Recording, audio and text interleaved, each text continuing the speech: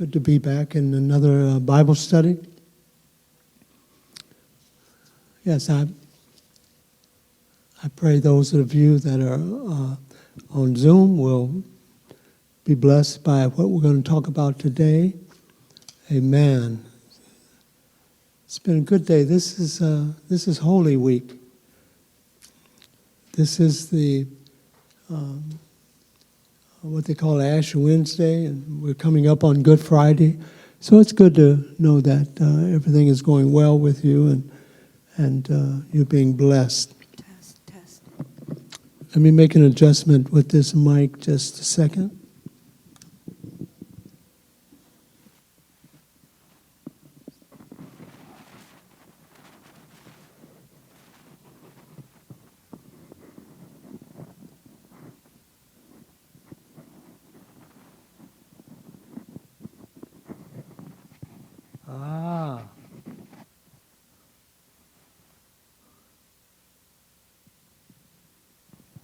Yeah, praise the Lord. Good. Yeah, I hope you can hear me.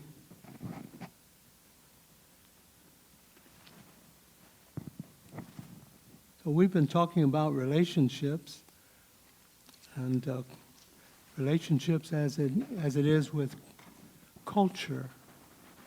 And so we're talking a little bit about the God kind of culture, the God family culture,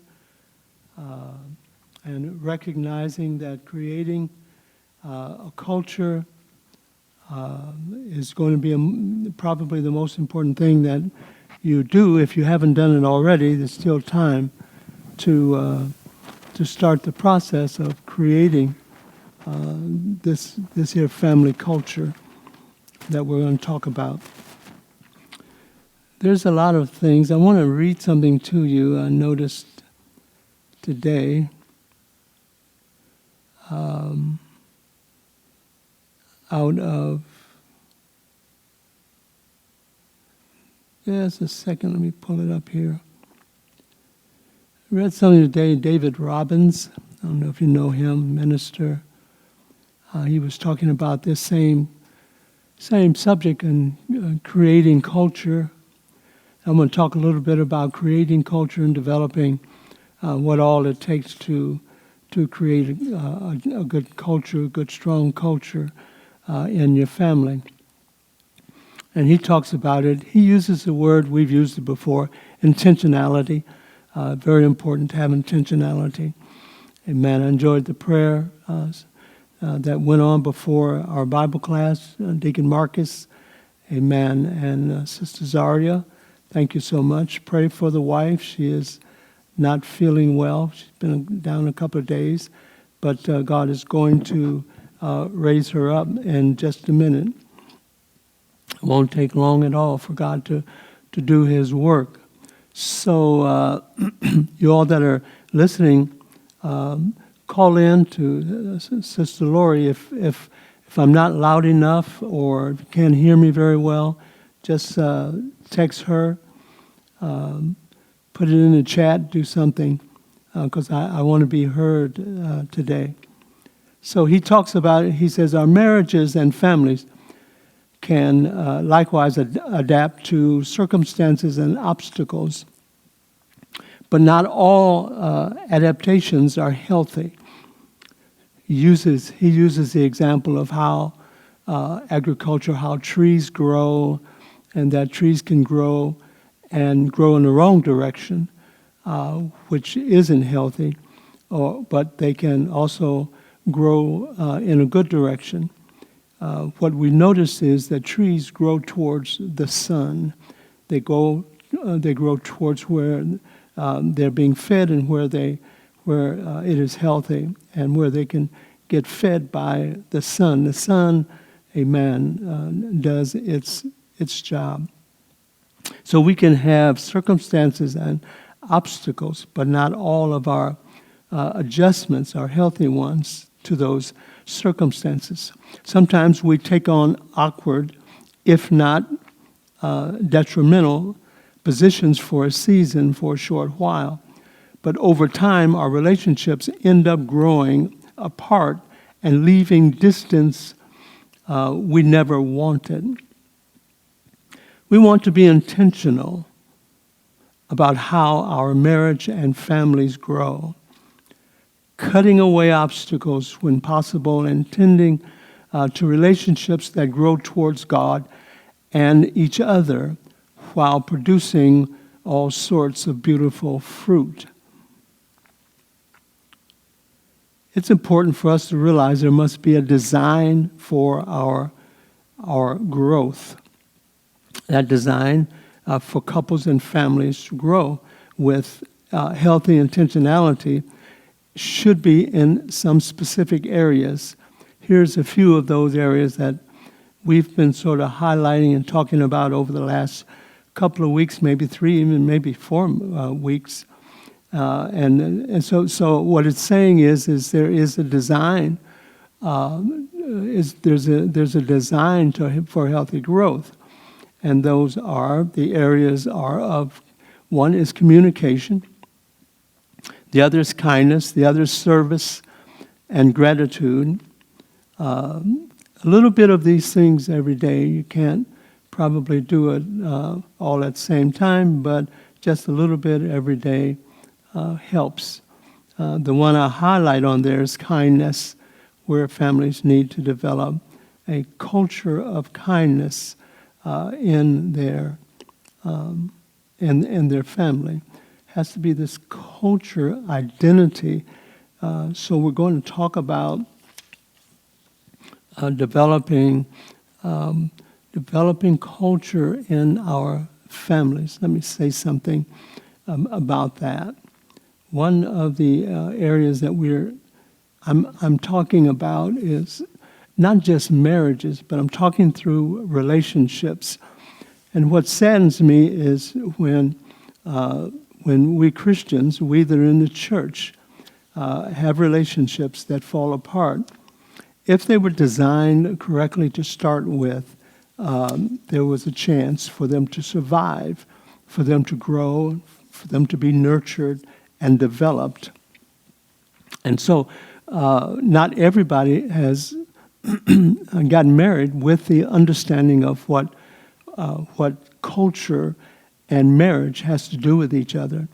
So let me talk just a little bit about that. And I want to use as an example our marriage counseling, because in our marriage counseling sessions, we have used various concepts to assist in the directing the couple's mindset towards or focus towards many of the areas that are potentially problematic and produce some troubled areas in the relationship. So from our experience in dealing with people, we try to look ahead for the couples and talk about some areas that we sort of know from experience there are going to be some problems. So two concepts, maybe even 3 if I get a chance, I'll talk about. 2 concepts we have spent considerable amount of time on are how we love, number 1. That's an important one because we assume love is love and everybody understands that. But how we love, which is based on how, as a child, we were conditioned to love people. We think everybody is conditioned the same way, but that's not true. Some children are conditioned to love in a negative way. Many situations happen in a child's young life that will influence their ability to give and receive love, appropriately receive love. We'll talk a little bit more about that when we open up the whole subject concerning culture. And I know many times we say culture, people think black, white culture. This culture is a little bit different. But anyway, there's 2 other things I think we talk about in our marriage our marriage counseling sessions that are beneficial to a lot of people. So we talk a lot about expectation, validation. validation is greatly connected to another issue, which is culture, design, and development. So we talk to people and let them know that there are expectations, and if they're never talked about ahead of time, they will cause trouble in the relationship. So I mentioned three things: how we love, expectation validation, and culture, design, and development. A couple must not enter into marriage with different cultures, different understandings, although we know that most people, because it isn't dealt with universally in general counseling to married couples, most people never have a chance to work on this issue during their premarital conversations, their premarital commitments, their premarital issues, or counseling for that matter. Let me explain just a little bit about what I'm talking about when I say culture, design, and development. When we assist people in creating a culture in their relationships, it's because you have two people coming from two entirely different cultures, and if they never give that any consideration in the coming together of these two people, you'll find that there will be issues that they will struggle with over time because they're really not going in the same direction. And so it becomes important for them to understand they are not their parents, and that since they're not their parents, they will have to get together their own culture, develop it. And so we help folks develop the culture. We assist them in various ways in how they can create that kind of culture. So what's involved in this? Well, what's involved in it is because it includes values, principles, ethics, mission. Yes, we actually sit down and help couples design a mission statement that's for their relationship, for their marriage. Goals, that's important too. We also deal a lot with getting on the same page from a spiritual, religious aspect, and deal with those kinds of issues. So when folks get married, they at least have talked about what their culture is going to be around spiritual things, around religious things, around all these other issues. What does values look like to another? So someone asked the question, is values and culture the same? Well, values, principles, ethics, mission, a mission statement for the family, goals, and all the rest of these things, including financial oneness, a session on financial clarity, financial oneness. All of these fit inside of what we're calling a family culture and developing a family culture. So while I'm talking, if you have some things that you want to, some questions you want to ask, feel free to send them in, and we will stop and talk about that. Whatever question you have, we will deal with that. I'm not sure today with this young culture or this young generation that we're dealing with, whether this is a thing that they will be willing to do or not. I noticed in this culture that we're in, with this generation, it just seems to be that those that want to get married, and that seems to be becoming fewer and fewer. So there's a lot of people that just live together and go through the process of living together and dealing with each other from that aspect. And many times, when it's from a statistical standpoint, that doesn't work out very well at all. Not 100%, but sometimes they're able to work through the issues and the problems that they have. So they never see the inside of a office or counselor's space or anything. They just go through, never talk about expectation, validation, never know what each one is expecting of the other, and so it becomes a surprise. And many times couples don't like surprises, and they argue and fall out about what all of a sudden becomes an expectation that never was talked about in the beginning. So culture, not just my generation's culture, but culture of all of the generations sometimes are interactive and sometimes don't mean the same in one culture as opposed to another. So it can be pretty complicated from a certain aspects. So those of you that are in relationship, let me say this again. I'm not just talking about marriage. I'm also talking about how single folks interact in this season that we're in right now. And the fact that we have folks in the church that may be looking to get married and are interested in knowing what is it that I need to do to prepare myself for this whole event of marriage and all that comes with marriage. And just a bit out front, let me just say to everybody, I don't care if it's been if it's your first marriage, second marriage, or third marriage. I think it's important that the two of you go into a good counselor and get some good marriage and relationship advice in the process. That ought to be step number one. In fact, I would advise folks in at this time to take pre-engagement counseling.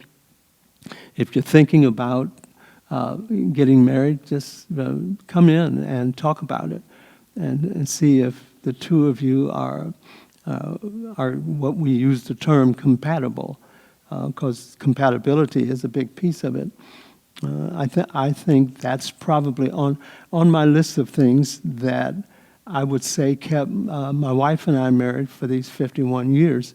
That one is probably number 5, compatibility. We seem to be compatible, not just from a love perspective or even a like perspective, but we were just compatible with each other. And that's always a good thing when people like each other, but when people are compatible, it's a whole nother ball game. So I'll answer questions about expectation, validation, if you need more information or detail on that. I will answer questions concerning the love factor, or what I call the love factor, where two people could have varying degrees of the ability to love and to receive love. So the love factor is what holds us when we're having difficult situations and times. That factor, and what about that is interesting is each one of us has probably a different level or ability to sustain a lot of trouble and issues.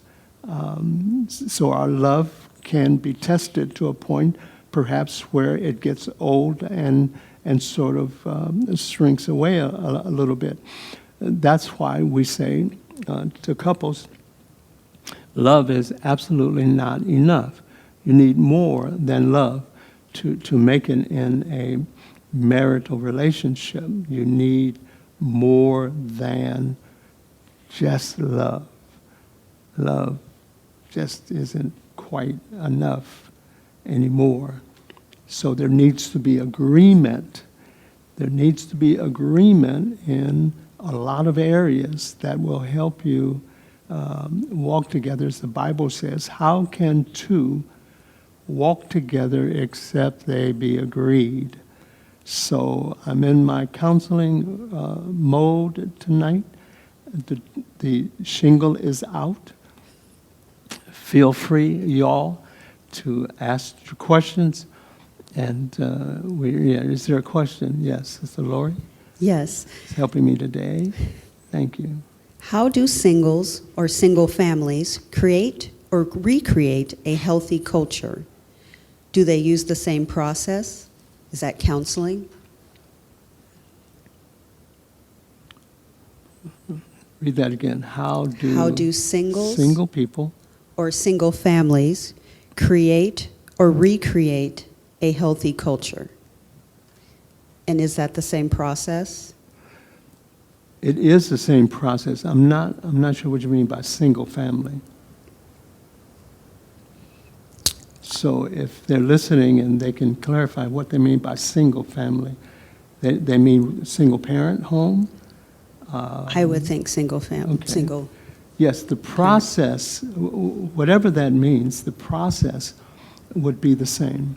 Here's the problem, and it's why we deal with this so strongly before people get married, is that they need to understand some things about family culture. Most of the people we have introduced all of these concepts to, they seem foreign to them because they didn't go into relationship or try to get into a relationship or think about relationship or getting married or having children from a culture perspective. They didn't. So creating your own family culture is what I'm suggesting is one of the greatest things that you can do for a family. Here, listen to this. When a young couple gets married, they need to discuss and then create their own family culture. Why? They are not their parents. So the first 5 years, listen to this, my statistic on this. The first 5 years of marriage will be a time spent formalizing and adjusting their family culture. So whatever you create, let's say as an example, whatever you create in your premarital counseling isn't the final document. It is a culture that you're considering. And so when you understand that and you realize the culture over the first 5 years will sort of morph. It will adjust, it will do some changing, but at least my wife and I, our issue is to bring people into the awareness that they need to have a culture. If they don't develop a culture, the foundation for a culture, then things will be trouble. That's why they say marriages for the first 5 years have the greatest struggles. Yes. But I think this is more towards, so I didn't marry my baby's father, so it's just me and the child, or it's just me. How do I create that culture? I'm suggesting that if you're a single parent, and I'm saying even if you don't have children, or you have one child, and you got 8 children, it doesn't matter. I would suggest that you come back in and take a look at the whole aspect of what do I need as a single mom, single dad, to work out some of these issues surrounding what I need to know about culture in my family. How do I bring that? How do I frame that? How does that work for me? When there isn't 2 of us, there's just 1 of me. Well, you need to do the same thing because you came from a different culture. When it comes to raising children, different culture. When it comes to your values, your principles, your ethics, and your religious stuff, all of those things, principles included, all of those things you need to establish and put in the framework. What I'm talking about when I talk about culture, I'm talking about developing a framework for you to design and work in that you yourself can make adjustments to, but it ends up being your particular culture. And do you suggest that through counseling or?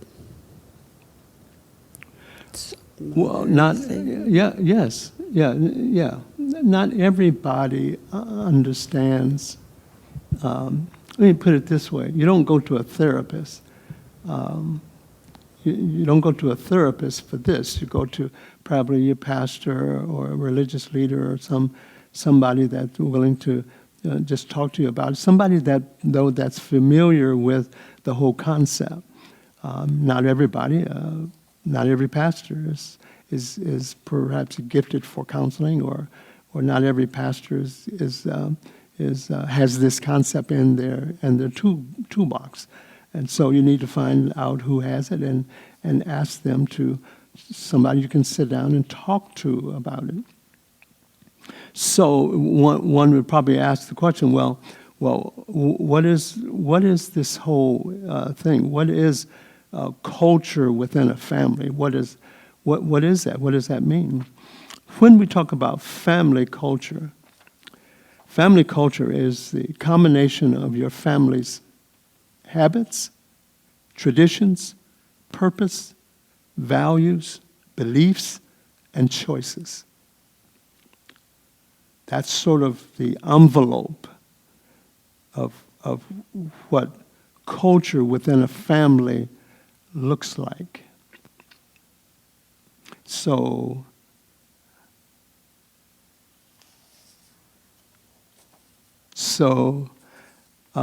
that's kind of what it looks like. Let me say this too. Family culture means the values, rules, and traditions that govern a family's life and routine. I like the word routine because it's an everyday thing that you're sort of looking at, and see a lot of people can't fathom that being a culture, but it is really a culture that you're developing. How you do that, what are decision-making things? Every family should have its own dynamic, a distinct way in which they tackle daily activities, solve common problems, set family goals, and generally relate to each other. So even though it's a single-parent home, the parent has to relate to the children, and so they are that parent is passing on a culture to the children that they are raising. And so this thing we talk about when we say culture, it needs to be in the church. I believe that PCC has a culture to it, and it's built around certain values and principles and ethical things. We started the church with 5 of those cultural elements that we consider values of who we are. So you could easily say that the culture that we're talking about is a family identity, how your family is identified within. And yeah, people will see it outside, but it's most important that the family within sees it and understands it and has clarity on what that means. This is doubly important, I think, because children will grow up and they'll want to get married, perhaps, and have children. So this thing is perpetual. This thing should be passed down from generation. I believe that my mom and dad passed down some generational culture to us, and we took it and had to make the necessary adjustments to really appreciate the whole aspect of what they did.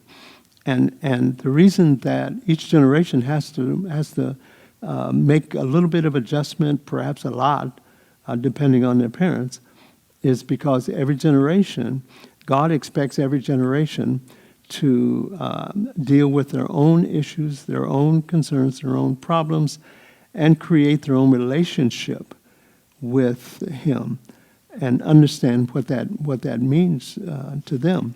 So it's not only a family thing, it is a single person, no children thing, because it would be excellent for young women and young men to start to think about this so that they have an understanding going in when they meet someone they're kind of looking at. You'll be able, without saying too much of anything, you'll know what it means to look in on their family culture. Know what it is, and know if there are things in their family culture that in your mind causes you to say, no, next, and move on, because sometimes cultures aren't shifted very easily. And families, they're not shifted very easily. So it's difficult sometimes to make that kind of adjustment. But it can be done. I was looking at something that Minister Danny sent me about. A lot of people consider this kind of thing change, because you're making some changes in your identity, in your family's identity. That's why it's easy to do it when you get married, because you have a chance to make that change and do all of that before you get too far down the road in your marriage. And I consider she has these 4 steps of readiness for change. And step 1 is compelled by authority to change. Well, I'm not sure that's the one that I'm trying to deal with. Comply to escape criticism. No, what I'm doing here would be number 3, and yet I understand how these fit into the concept of change. I'm saying that intellectual awareness of the need for change is what I'm trying to teach today, that people have it in their mind, have it in their head, that there's always a better, what we used to say, good, better, best. Never let it rest till good becomes better and better becomes best. There's a good time to do this, but there's also now. And sometimes now may be the best time. Let me tell you why. One of the elements that I see in a lot of young couples that is disappointing to me, because marriage requires a level of maturation. Folks got to be mature in relationship because marriage is so sacrificial.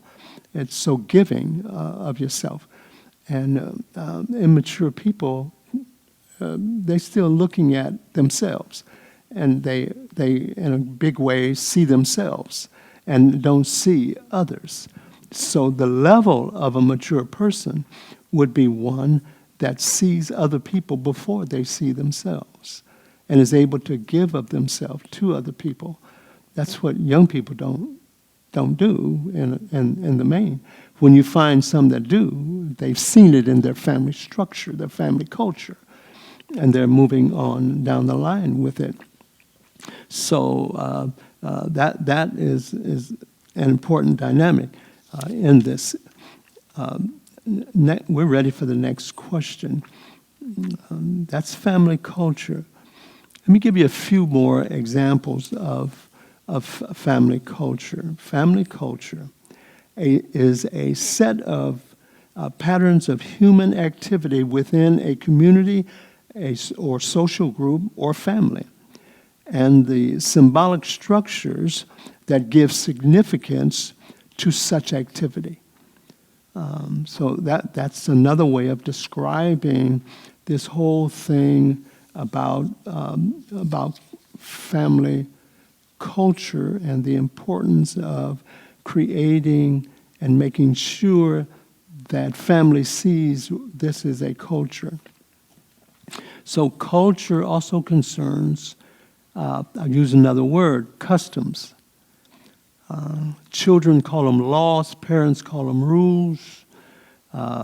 Sometimes dress becomes a part of the family culture. Sometimes architectural styles and issues become a family culture, more so on the wealthy side than not. Sometimes social standards are heralded inside of a particular culture. Traditions, for sure, are in their traditions. What traditions? Not all traditions should you carry into your next marital relationship. Sometimes traditions are good, sometimes they're bad. Sometimes they won't fit with your mate, with your partner, so they have to be examined. And so all of these examples are examples of cultural elements, cultural elements. So let me get a little sip.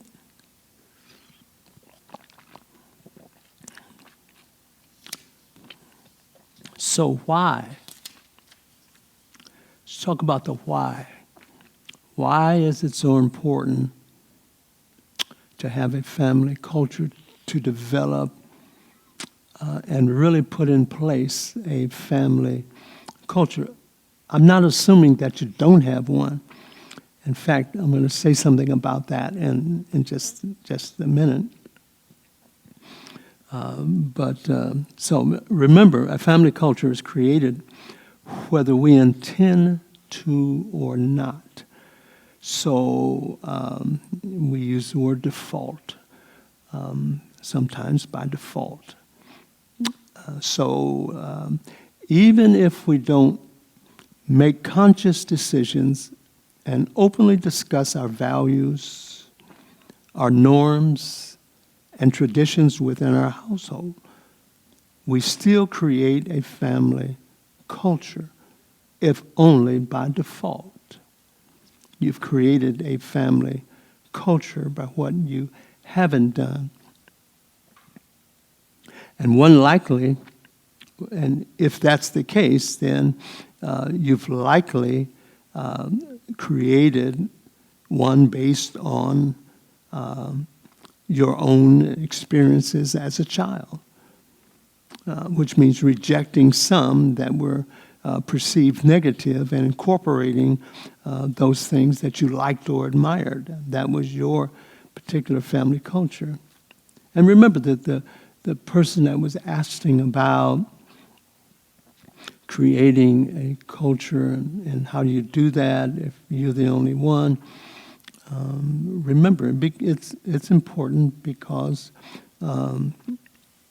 you need to have the kind of structure that a good culture design will bring. People feel better in general when they live. Sometimes, my own opinion, when they're single or in a single family home, a single person, sometimes structure, that kind of structure makes them feel safer, makes them feel better about who they are. So a good family culture will help you make conscious decisions, difficult decisions, that bring consistency and help. And what they will do is help the family connect with each other, especially during difficult times, and we've gone through some difficult times in the last 2.5 years or so. So family culture sort of helps you maneuver your way through some difficult times and seasons. So I thought that what I would do is give you a few reasons, additional reasons you should develop a good family culture. Got your pen? Got your paper? Number one, it will assist with the creation of a common vision. It will assist with the creation of a common vision. Vision unites and gives focus. Vision dominates all interconversations and inspires greatness.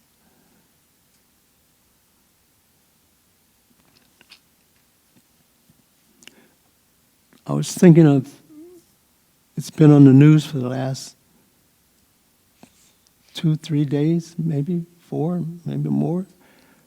These 2 young men that, one of them they caught, they're still looking for another one, 115, 116,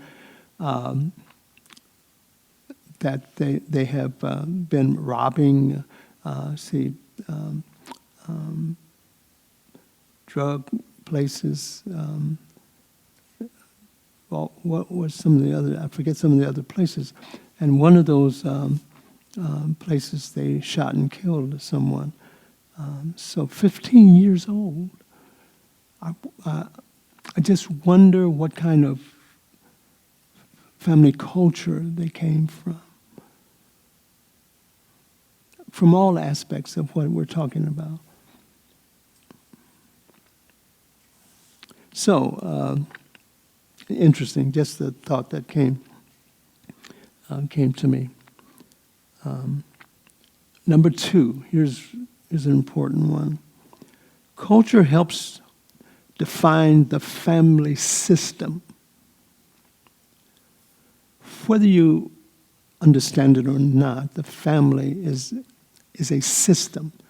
So it has systemic stuff attached to it.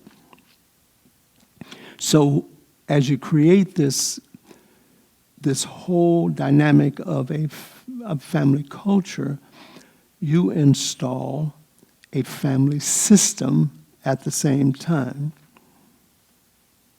We always assume certain roles within our family structure. Whether children see it or not, they're in a family system. And most families that have a particular culture have assigned defined roles within this family structure. Some of the obvious ones, what's given to the oldest child isn't given to the youngest child. So those kinds of things kind of identify what it means to have a family system. Sometimes when our youth are arrested, I think one of the things that the court system looks at is the family structure, the family system, and they try to determine. Sometimes they send counselors out to their homes and try and determine what type of family structure is in place. Is this a one-time occurrence for this child because they're just made a bad choice, or is this a home problem? Is this, so they use the term systemic, is this a systemic problem where this child needs to be corrected? If he or she isn't corrected now, it could be really, really bad. So we always assume certain roles within our family structure. It will help you identify your decision. Listen to this piece. Putting this kind of culture in place in your family kind of gives you the whole idea that there has to be, within all of this, there has to be a decision-making model. And we talk a lot about that in our premarital, marriage counseling sessions. And we ask a lot of questions concerning their relationship in the future. Who's going to be the boss? Ask those kind of catchy questions to get some conversation about the way they see themselves in the way they're going to function when it comes to a decision-making model. Is it just a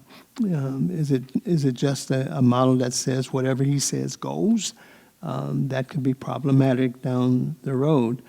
Women will think about it for a while,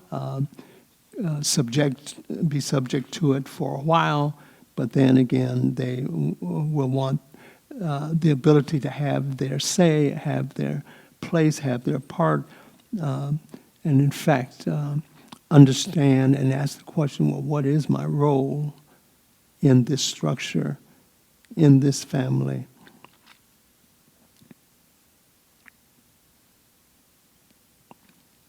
So it will help you identify. If I were to ask 8 out of 10 people, let's just say husband and wife, what is your decision-making model? Most would not know what I was talking about. It's important to learn and know what your decision-making model looks like. And if you're saved, if you're a Christian, you ought to get some of what that should look like from the Scriptures. You want to know what I'm talking about? Yes, the Bible tells us and talks to us about how we should treat one another as husband and wife. Here's number 3. It's a little bit different, but I think conceptually you'll have a good chance. I hope you've been hearing me pretty clear all this time. I've said some important things, and so the questions behind this, I would imagine, are some you don't want to ask. But let me say, there's no dumb question that you could ask about all I'm saying. I don't expect everybody to know everything about what I'm saying. Some of this is out of the wife and I. We've just personally put some things together about how we deal with young couples and how we talk to them to help them be better people and know each other better, understand each other better, and what things they should put together now before they get married, so down the road it'll be better, it'll be understood better, and they'll come to agreement. Agreement early is better than anything late. Here's number 3. Culture will help you identify this thing called decision-making model. So let me reverse that. No culture, you'll have a difficult time developing and identifying a decision-making model, mainly because you won't know where to put it. Okay, it's a concept within a concept, and you won't know where to put it because it will stick out like a sore thumb because you haven't defined anything else. So, culture first, family culture first, and this fits within the envelope of that family culture. It will help you understand what your decision-making model should look like. Making conscious decisions is extremely valuable. It is tough to make good decisions when you don't have an internal structure to help you evaluate different options based on your culture.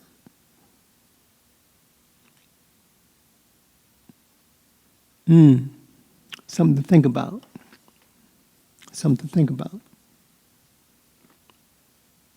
Here's the last part of that. Knowing your family culture will help you navigate the endless amount of family choices and decisions and issues that you will have to deal with. Listen to this. It's not hard to make decisions when you know what your values are. That's why I say first the family culture gets developed and put into place. Then after that, values, principles, all these things fit within the envelope. So it's not hard to make decisions when you know what your values are. You wrap your decisions within your principles, within your values, and within these other concepts. It requires kindness and consideration within the family to be a value in your family culture. And based on that, men will not deal with their wives negatively, but will deal with them from a kindness and inviting, sharing perspective. Men that have to lord over their wives are boys that never got it. Say that again. Men that have to lord over their wives are boys that never got it. What is it? Never got the message. Never got what they needed to be strong, to be courageous, to be kind, to be secure. All of those kinds of things. Developing this kind of culture. Let me just hit this. Believe it or not, the black culture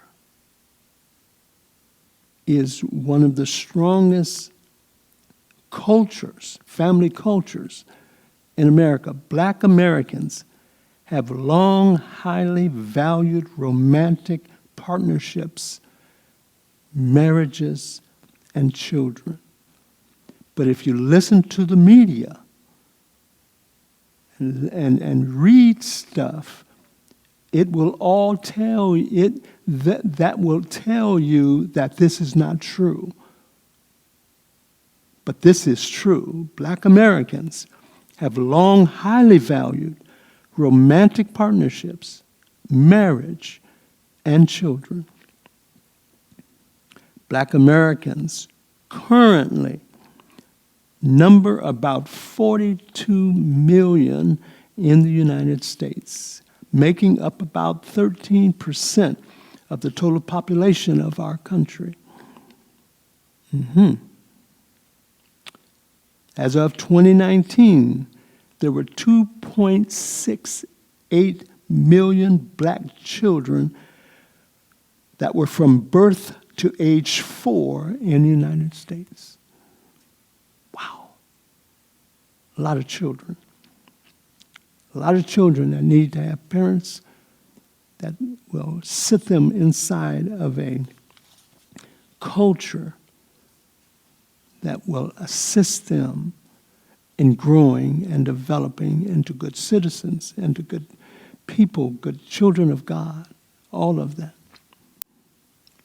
So this is a lot of what I've talked about is in fact the whole biblical perspective surrounding the whole thing about why it is important for marriages to survive, to make it.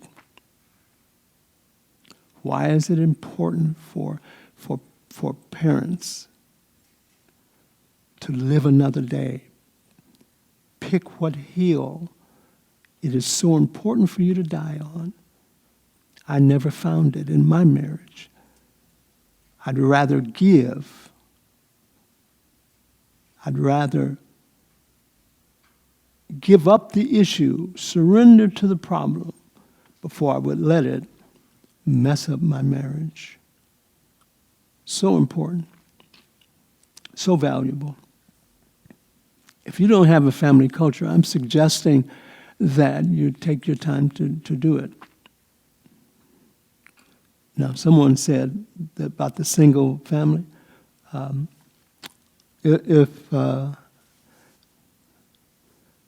a single person, I was thinking, can a single person, no children, no, just a single person, and I think there's a place for the single woman or man that is in the future looking to get married and find someone that is loving and kind and spiritual.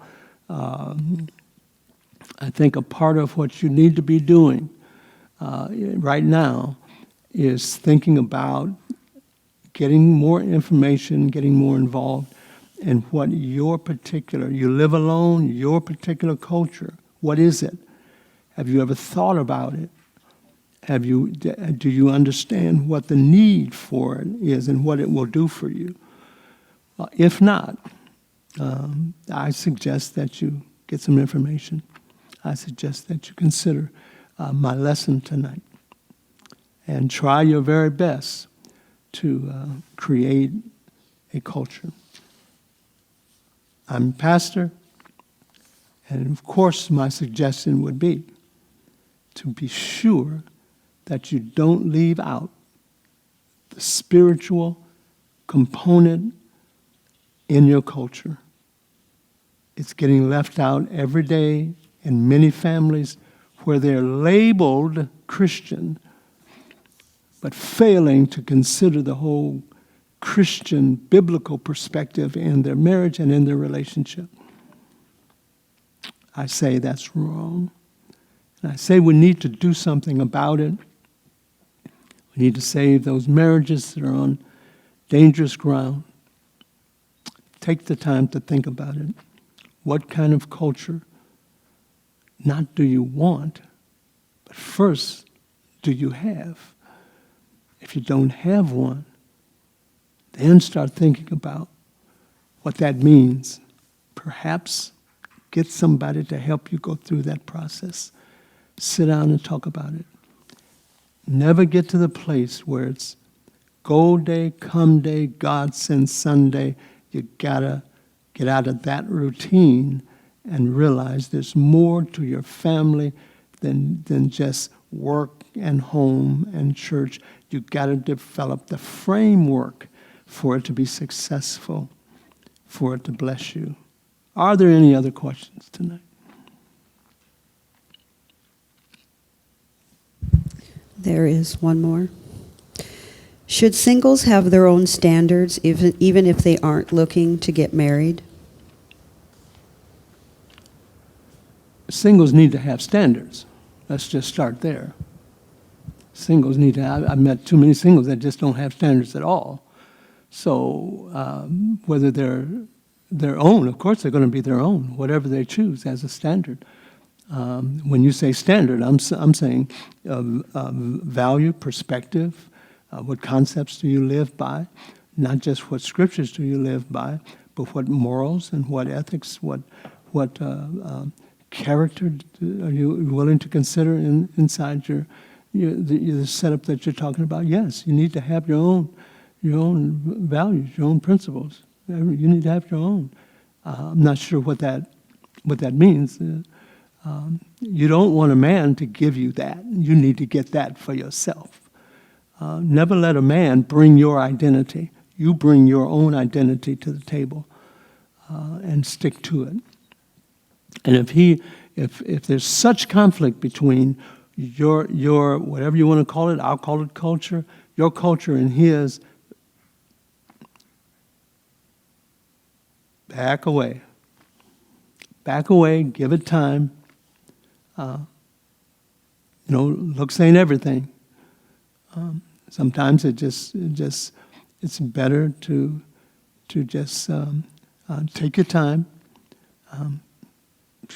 Obviously, in this day, it don't matter how old you are or how young you are. Just take your time. it'll be there. Pray. Ask God to lead and guide you. Sometimes we're afraid to ask God to, Lord, if this is not your will, cancel it. Ooh. Oh, no, I can't do that. The Lord may do it. Well, if God never marries somebody God don't want you to marry. Hey. It's 8 straight up. God bless you. Thank you all for being on board tonight. We bless you. We honor you. This coming Friday is a great service. I'm going to have a Good Friday service here at the church. Please come out. We'll only be for an hour or so. Come on out and join in. Sunday is Resurrection Sunday. It's Easter Sunday. It's what Christ in our life is all about. Everybody, I don't care if you just come out and get out of the tavern, if you just get off the dance floor, everybody needs to find their way to church. You just need to come and honor God. He's kept you. You know, sometime we know if it had not been for the Lord, we would not be here today. So I'm going to honor him with my presence. I'm going to come and worship him on Easter Sunday. Going to bless his death, his burial, and his resurrection, and what I value in that, what it has done for me. God bless you. May heaven smile upon you. Please continue to pray for those that need prayer. The prayer list was talked about earlier. Pray for the wife. She's a little under the weather. She'll be back. She'll do fine. So God bless. Talk to you later. Be safe now. All right.